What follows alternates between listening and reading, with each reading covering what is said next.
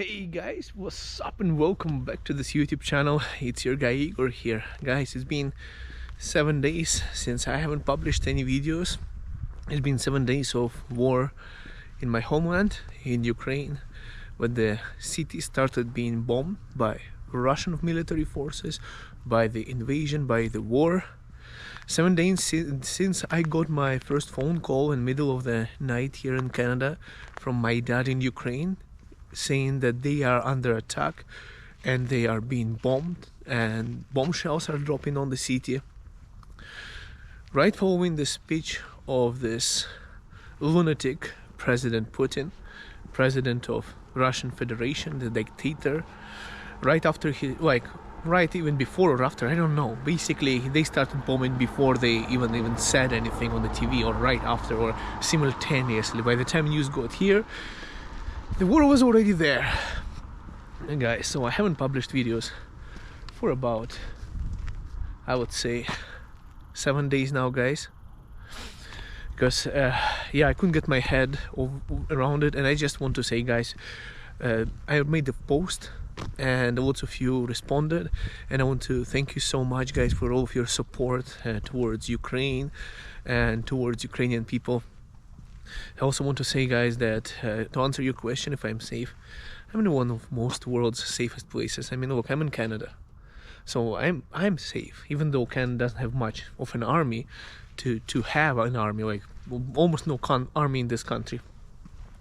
But it's a pretty safe country because of powerful allies, mostly. So I'm hoping we are safe. But right now, what we are looking at Europe is basically World War III being fought by one country fighting against Russian forces and Belarus, two countries, and one of them superpower nation, second world's biggest army, is invading Ukraine. Now, guys, what can I say? I'm emotionally overwhelmed right now too, because, you know, I was watching the recording of my city being destroyed, you know, of the city council, city administration got shot by 2 cruise missiles. The opera theater in my city where I was born was destroyed as well. They have bombed the University of Karazina, one of the biggest universities in Calgary as well, in Calgary, in Ukraine, in Kharkiv, where I'm from. So, you know, they have been just bombing and destroying Kharkiv, the city where I was born. Now, to answer your question, are my parents safe? Well, they're not really safe. For now, maybe. In the long run, I don't think so. My parents are still in Ukraine. My parents are still there in Kharkiv. The city is being bombed. My parents are in a good position because they are living far away from the areas where the bombs are falling down. So they're okay for now. They're safe. You can say they're safe for now. They have electricity, heating, water, and they even have some food. So they are fine for now. My brother is hiding in a bomb shelter. My cousin's windows were blown inside the house, also hiding in the bomb shelter. Most of the people from my parents' building already fled. They are refugees. My parents, my cousins, and what my relatives don't want to be refugees. They don't like that. It's their country and they're not planning to leave. So just so you know, guys, you know, not everyone even is this situation where you can literally just go into any country in the world and get a refugee status right now. People don't want to be that. They don't want to be going there. They don't want to be living like that. You know, it hurts their dignity in that way. And plus, they're saying, why should we leave? Why should we leave our own country? Why should we run away to another country? That's our land. We want to stay there. That's what people are telling me, including my parents. I was trying to get them to come to Canada, but they don't want to leave. Because they're saying, well, they're not going to be pushed out by some Russian forces. That's their opinion. And that's kind of a craziness and the courage of Ukrainian people. Guys, so there is huge thing happening in Ukraine right now. People taking arms, people fighting. Putin was going to take over my country where I'm from, where I was born, within 24 hours. It's been 7 days, and so far it's a huge failure. Russia has proven to be a bad military. Like, they are They were overconfident and they underestimated Ukrainian people. They've met such a resistance like they have never seen before, and their trucks, their tanks are out of gas, their logistical nightmare. Basically their army is trash, garbage, and their organizational skills are the same. And what can you do when you have a lunatic dictator in the charge of your country with all the fails, misrepresentation and all these things? And why did all this happen, guys? Well, short answer is greatest nation in the world. It's going to be a long answer, actually. The United States of America is, well, they got Joe Biden. And what it means to Russia, the failure in Afghanistan, the disastrous operation. Basically, guys, I looked some documentaries about sharks, and they don't really attack people much, you know, until you bleed. Alligators, similar situation, you know, like if you're not injured, they might not want to attack you. There was a guy who is taming alligators, he's swimming, he's kissing that monster, huge one, who can just snap him into half, and, well, and spin like that, done, dead. But that doesn't do that. Why? Because the guy is not injured or anything. But in terms of predators, Putin is a predator. America is bleeding. They have a president of not even retirement, post-retirement age. You know, like Adam's Family guy, who's barely standing, doesn't think straight, who doesn't speak straight, doesn't even know, like he cannot, in an open room, he doesn't know where to stand. America got a president that is good and smelling women's hair and awkwardly hugging children, in my opinion. So, in this kind of circumstances, even a friendly shark like Putin see America bleeding, he gets all excited. He's going to bite. He's going to... That's what happened. America is bleeding. And Putin saw the huge weakness. Like ridiculous. And also looking at the West, looking at NATO. Like, guys, listen to how Russian person is speaking, how Putin is speaking in his presentations. I can tell you one thing, he's like, oh, those guys are all pussies. They're going to do nothing. And I'm going to do whatever I want. And they're going to suck it up. Because you know why? I have a bunch of nukes, he's going to say. And if they move towards me, well, they're going to see it. Right now we are in a situation where Ukraine is being invaded. And no other country has the balls to intervene because of the nuclear weapons. What would stop Putin from going into Poland and other countries? He's going to say the same thing. This is not about Ukraine. This is about the entire Europe. This is about world security. This is about... Ukrainians are basically fighting World War III. Doesn't matter what they say. Now, guys, I was really astonished by Ukrainian people, especially by Ukrainian President Vladimir Zelensky, who actually...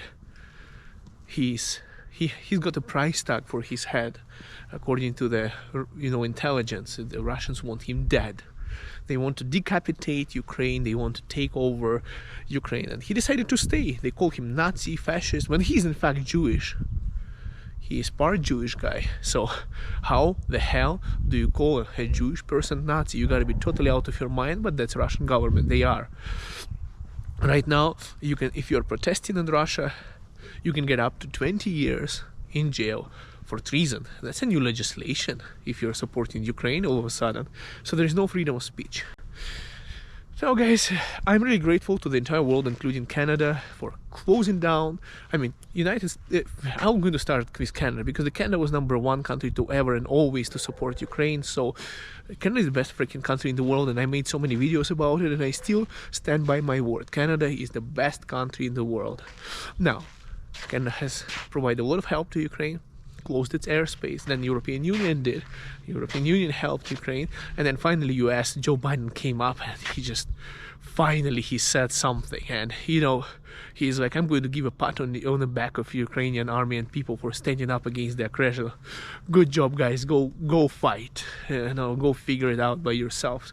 Anyways, I was really disappointed by yesterday's Joe Biden speech when he came out in front of the people and people kept on standing up and cheering. It was like a sales campaign, when there is a sales pitch and they're trying to get your money and everyone is hyping it up so much, but really he said nothing useful yesterday. total like disaster. Like everything was fake, a staged comedy show of the American government yesterday. I was looking, I was like, this is like when you go to one of those free seminars and in the end you have to pay $3,000 to sign up to learn more. And everyone is cheaping and cheering sales guys are doing this kind of hyper-top pitch. And I was like, oh my god, this is so disgusting to watch. Like, they made a presidential speech into a sales pitch. That's how I felt, disgusting. And also, guys, I'm really excited by Ukrainian leaders staying there and, you know, with the people in the price tag and, you know, fighting against Russian aggression and still not leaving, even though that he knows he's going to be dead once the Russian government takes over Ukraine. You know, when they do, if they do, of course they probably would do, but I'm really amazed by Ukrainian people staying up for 7 days, not letting the 24-hour operation to be, you know, they were going to demolish Ukraine in 24, 48 hours, take the entire country, melt, but they weren't successful. And right now they're using cluster bombs against Ukraine, they're using those thermal weapons, basically vacuum bombs, that are also forbidden by, it could be considered as a war crime, but luckily Russia didn't sign that convention, so they have an excuse not to follow the international standards. I'm not going to be surprised if they're going to start using nukes and, you know, some kind of chemical weapons. I'm not going to be surprised. That guy's a lunatic. But here's the situation, guys, where I was disappointed in terms of Canada. You remember that protest with truckers where Justin Trudeau freaked out and just went into a bunker when people with no weapons were just protesting in Ottawa? Oh my god, what a damn pussy. Can you imagine that? What if war in Canada happened, or something like Russia could potentially invade Canada as well? Like, you guys think you are far? You think you are safe? Not really. But in fact, if Canada was to be invaded, I would actually consider joining the army, okay? Because that is what matters to me a lot. The country, it is like it is right now, the way it is, it should be like that. But anyways, what would happen then with this kind of leadership? You'd be in New Zealand by now, in a bunker, you know, because that's safer. Seriously, guys, like,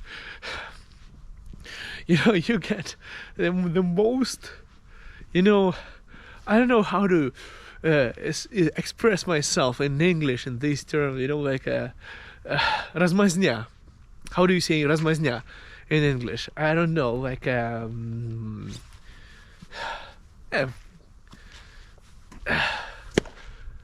it, guys, Russian speakers, please let me know in the comments how you translate it.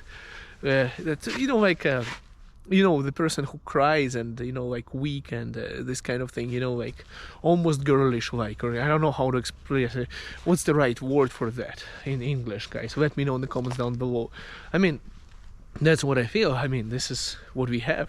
Now, fortunately, we don't have war here, but if that was to happen, I think Canada would need a better leadership then, for sure. I don't think this guy is war capable, and we are getting to a stage of World War III. You know, when this entire situation is happening in Ukraine, it can easily spill over into European Union, into NATO territory, and then we all are going to be involved into it.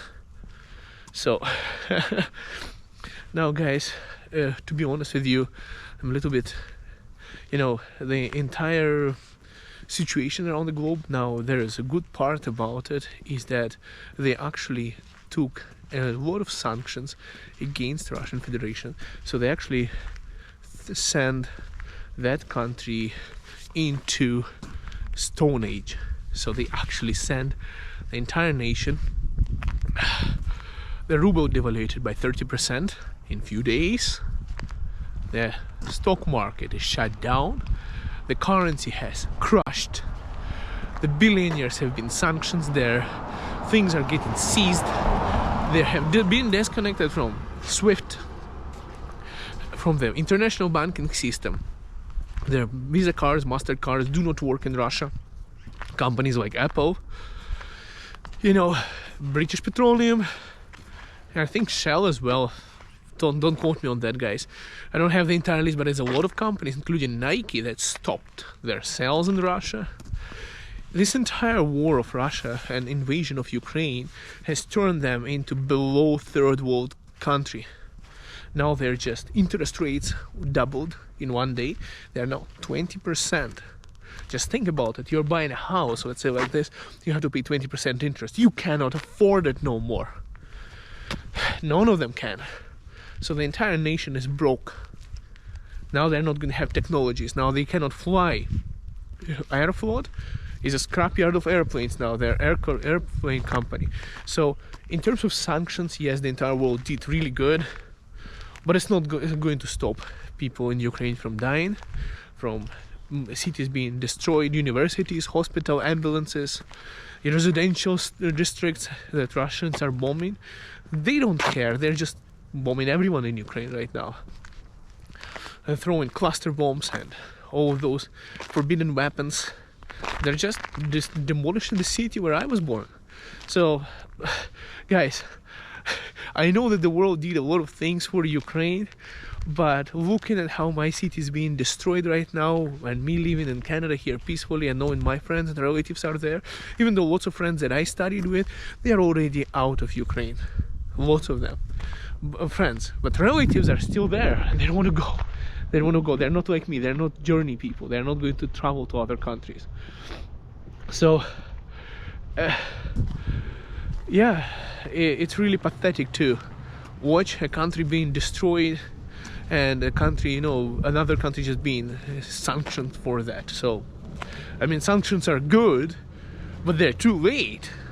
Plus, Russia doesn't really care about sanctions anyways. They never do. They don't care about the people of their own anyways. It's like, you can call India the same way. I'm not going to say that India is same as Russia, but look at this. They just put a travel advisory today that they think that Indians should leave Kharkiv. Oh, really? What the hell, guys? What is Modi's going with Modi's head? Indian prime minister or whatever, like, what the hell? You should have got the people out, arranged some kind of, because they don't care. Russians are the same way. They don't care about their own people. Just like that guy, he's like, oh, travel advisor, you should leave Ukraine. Oh yeah, when the city is already surrounded and demolished and being bombed and there's paratroopers coming from the sky. Like, yeah, seriously, very, very good idea. Probably you should consider leaving Ukraine because, yeah, it's just terrible just to drop a nuclear bomb in that city. Yeah, that's probably a good timing right now. So, it's not one thing. The biggest challenge with this entire war, guys, is that it's not about Ukraine. It's about Taiwan. It's about, let's say Iran trying to attack Israel potentially, North Korea, South Korea, China and Taiwan and other countries. It's just going to spiral around the world because the US has shown weakness. United States is bleeding. They do not have a good leadership. They have useless old person that reads scripts from the screen. Some people say go Brandon. I just call him Uncle Joe Biden. He's reading script, so trying to prevent the escalation. But how do you prevent escalation when you already lost 2 wars? You lost Afghanistan, you lost Ukraine now. 2 failures through 1 presidency. Guys, even though I'm not an American and I don't get to vote, but I have the right to express my opinion. So that's my opinion. American leadership is just incapable, and they haven't shown the capability of doing something, and that's why nobody cares. Putin doesn't care. He listens to the strength. Now, China, let's see what Iran is going to do. Let's see when the entire world is going to break into chaos. When you don't have strong leadership, and it's going to escalate beyond the capability, even with good leadership. It's going to be disaster for the humanity if we are not upholding international law. United States, I think France, UK, Russia. You guys, check out the Budapest Memorandum. Guys, my battery just died, but I wanted to mention the biggest betrayal of Ukraine. And some people might not know about it. Ukraine used to be a nuclear superpower as well. It used to have 1,800 nuclear missile warheads in the past. But there was a treaty between United States, Ukraine, Russia and UK, that if Ukraine surrenders those nuclear weapons, there will be a security guarantee by those three countries that in case there is any war in Ukraine, they would step in militarily and protect Ukraine. Now, guys, this is the biggest betrayal I feel of Ukraine by, we can say, United States, because they signed that agreement too, and UK. They're not sticking up to their agreements that they signed in Ukraine. That's the biggest betrayal in my eyes and all of the Ukrainians, is that you cannot trust other countries, including those biggest nations like United States in that way. Well, Russia also signed it, but they're the ones invading. But does it cancel the agreement? Well, I don't think so. But this is the biggest betrayal, guys, for Ukraine. Ukraine would have never been invaded if Ukraine was to keep its nuclear weapons, if Ukraine was not to surrender it under guarantee or fails guarantee of their security by the United States, by Russia and UK. So this is one of the things, guys, I really wanted to mention in this video, of the betrayal of Ukraine by those countries that did not stick up to the agreement that was signed in Budapest, guys. And really, guys, this is the vision that I have. Less and less countries should have nuclear weapons, because that's a disaster. If somebody has, like a lunatic right now in power, Mr. Putin, you never know when he's going to push the button. You never know when he's going to say turn off the light and the world end is here. The less countries have nuclear weapons, the less urge would any human have in pressing that button and destroying the planet. And it's a good thing not to have them. And I'm really proud of Ukraine for giving their weapons up. But if they haven't done that, there would have not been a war in Ukraine right now. Russia wouldn't have dared to invade them. But who would have known that United States is going to betray like that, including UK? They're not going to send their military troops, even though they signed that agreement. So there is lots of things and politics to talk about, guys, in this situation. But it does not change one thing, is that Ukraine is being bombed. The city that I know, I really wanted to visit. I haven't visited Ukraine since I left Ukraine, okay? I immigrated to Canada when I came here in 2012, end of 2012. I haven't seen the country for almost 10 years now. And I really wanted to take my wife to my city and my child and show them around where I grew up, the places that I know that are not the same anymore. They're being destroyed right now.